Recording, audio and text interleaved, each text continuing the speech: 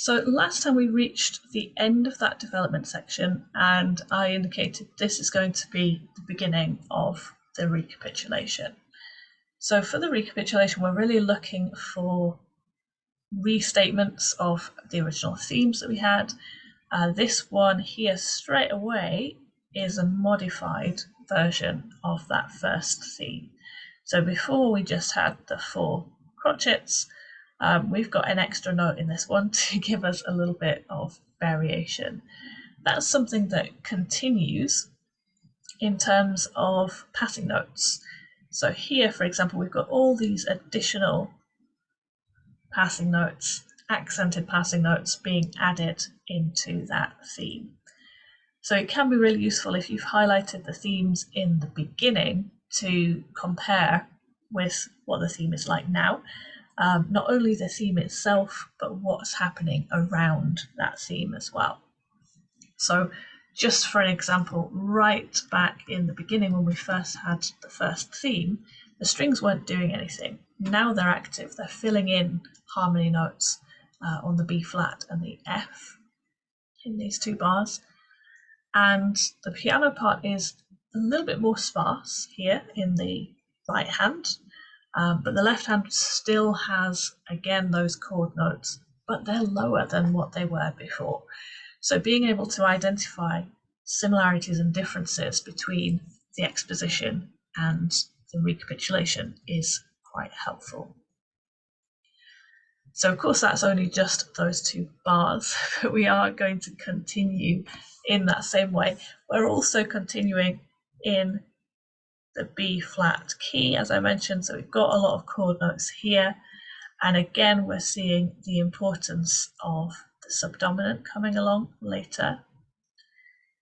Inversions of that as well. Now this is one of those places to be careful when you're looking at the inversions, because this is of course in the treble clef, the piano part. This is lower than all of that.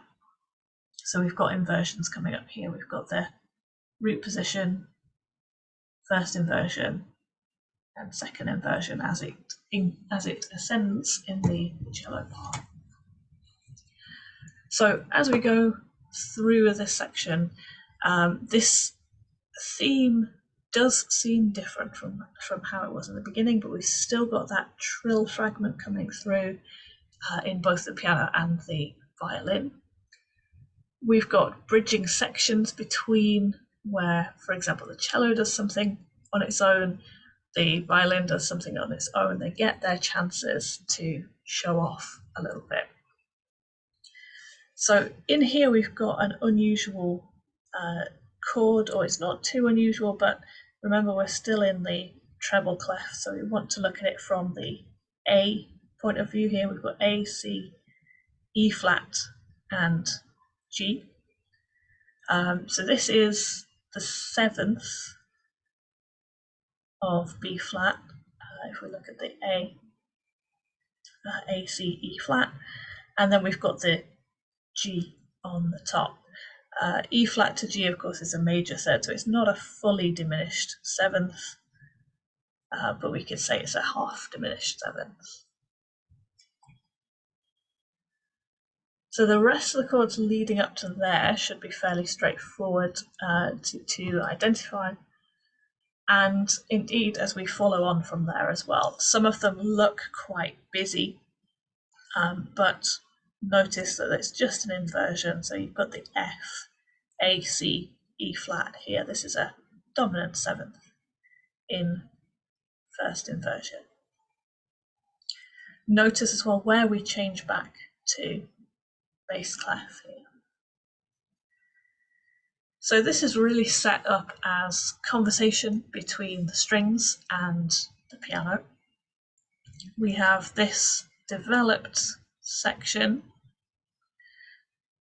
meeting with the original theme, and that's continuing on a little bit. We've got elements of that original material with some extra stuff thrown into that conversation.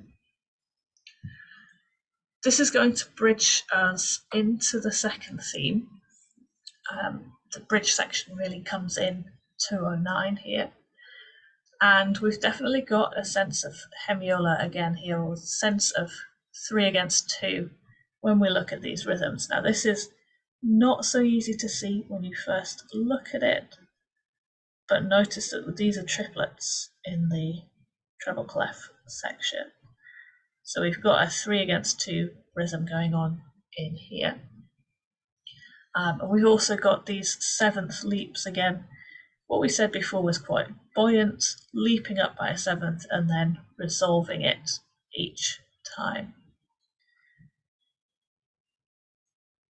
So this is really an expansion as well. We could put F as a temporary key here, which is going to resolve eventually back to B flat.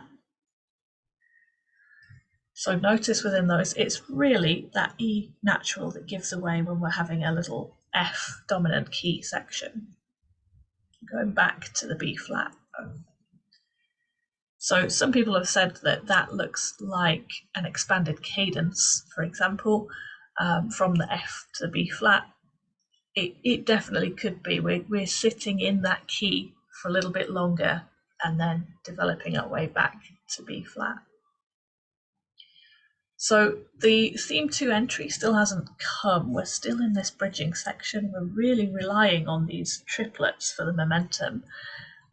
It's not doing anything too different. It's again still leaping up by a seventh, resolving each time, keeping that pattern going for quite some time. But here we're kind of raising each time, not going up by a seventh each time. We've got the seventh, the octave, the ninth, and so on. As we're getting higher, eventually the lower note starts to go up with us in a ninth as well. So it's still keeping some of that resolution tension, but it's resolving a ninth rather than a seventh there. So this is preparing us really for that second time, second theme entry, which comes here. Remember, we've got the staccato notes and then this falling rhythm here. And we've got kind of mirror image in the lower part here as well. Contrary motion, bringing that up with some extra notes, filling in harmony in between. So this is the recapitulation of the second theme, and hopefully it is quite recognizable. We didn't get much of this in the development theme, development section, but it was definitely there in the exposition, and this is its point of return. We've got a few presentations of that. Of course, the piano starts it, the cello is going to take it next. Violin joins in partway through the cello's section. And we eventually get a sort of new thing going on. Another motif comes here.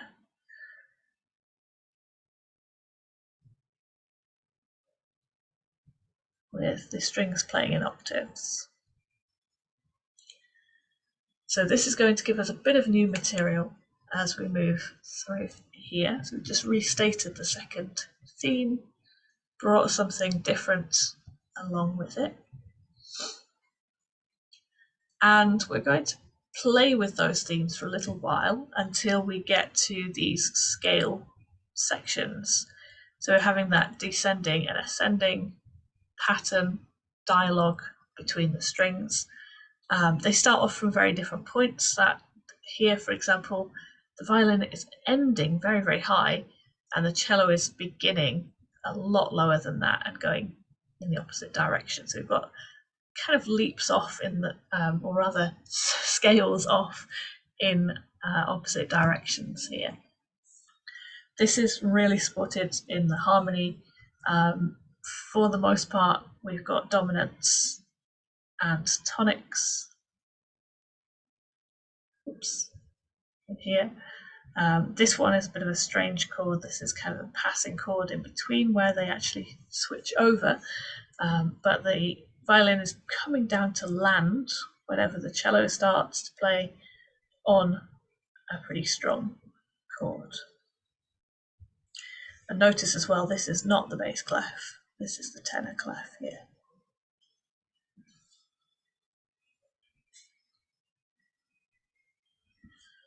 So we're going to play in these scale passages for a little while. They do expand together into these triplets, so we kind of have this rushing off in opposite directions and then bringing that motion back towards a more similar pitch range in the triplet sections, with the piano, of course, joining in there as well. So soon we're going to get into the third theme. The third theme, maybe you can recognize it, is definitely coming in down here where we get to the a tempo.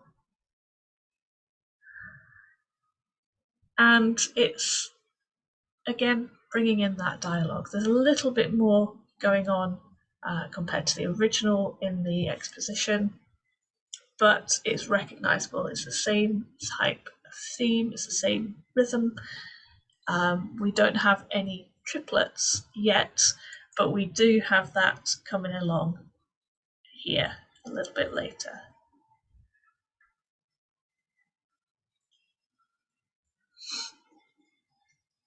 So we've got quite a short presentation of this theme. Again, the cello is bringing these, the piano is bringing these trills in while the strings are taking that theme. And we're not going to do too much with it, of course. We're not developing it here, we're just recapitulating it before we get to a bridge into the coda. So I would suggest that at 264 here, this is where we're really stopping with that theme, especially in the strings. You could argue that the piano is doing something related to that theme here, but really we're going into longer notes, we're going into a transition to get us into the coda. And notice as well, as we get into here, we get fragments of other themes as well. Here's a fragment, for example, of our very first theme coming back. And it actually does continue. So we've got another, almost a second recapitulation within this bridge towards the coda, bringing that first theme back. Bringing in some development of that theme as well, where we've got these leaps. This one increases or raises its pitch each time as it ends, which is definitely building up some tension towards where are we going with this. We also have a bit of C minor going on here harmonically as well. So if this is our B flat to begin with, this doesn't really fit with that. So this could be something in the key of C minor with a G, B, D, and another G. Could be the dominant G major in there.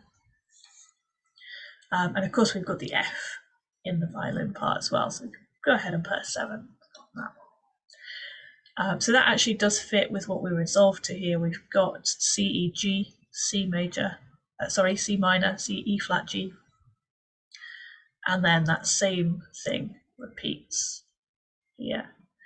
And we quickly get back to B flat again towards the end. So here, the fourth and the fifth chord. So we're definitely getting some increased tension as well, not only from those ascending ends of the fragments in the violin, but now we're getting these they're not triplets, they are quavers, but they're not starting on the beat, so this is going to give us a bit more of a tension feeling. We're having the ascending sequence, again, elements of ascending as we're going up through here. The texture is definitely more dense, especially if you're looking at the piano parts here as well. This does stand out quite well against the piano part here, but there's definitely a lot more going on. And the strings really have more of an accompanying feature. So this is playing in thirds to begin with, at least, giving that offbeat feel, but accompanying really what the piano is doing at that point. So we're in the coda. This is trying to get us towards the end of that movement. How are we going to end it is the question. Well, we're going to end it on a lot of B flat chords ultimately, with some arpeggiation in the strings. And this really comes quite quickly out of these leaps that we see before that. We've got these nice leaping figures. All of a sudden, the piano's movement stops. We go into rests and block chords, and the strings suddenly go from these wide leaps to these smaller arpeggiated figures to finish us off. So this brings us to a very, very B flat ending. The B flat is actually before where I've marked it there. You can see the arpeggiated figures in the piano coming in just over a bar before there. We've got quite a large pitch range going on with the piano as well, with the octave above being even higher than it looks on the page.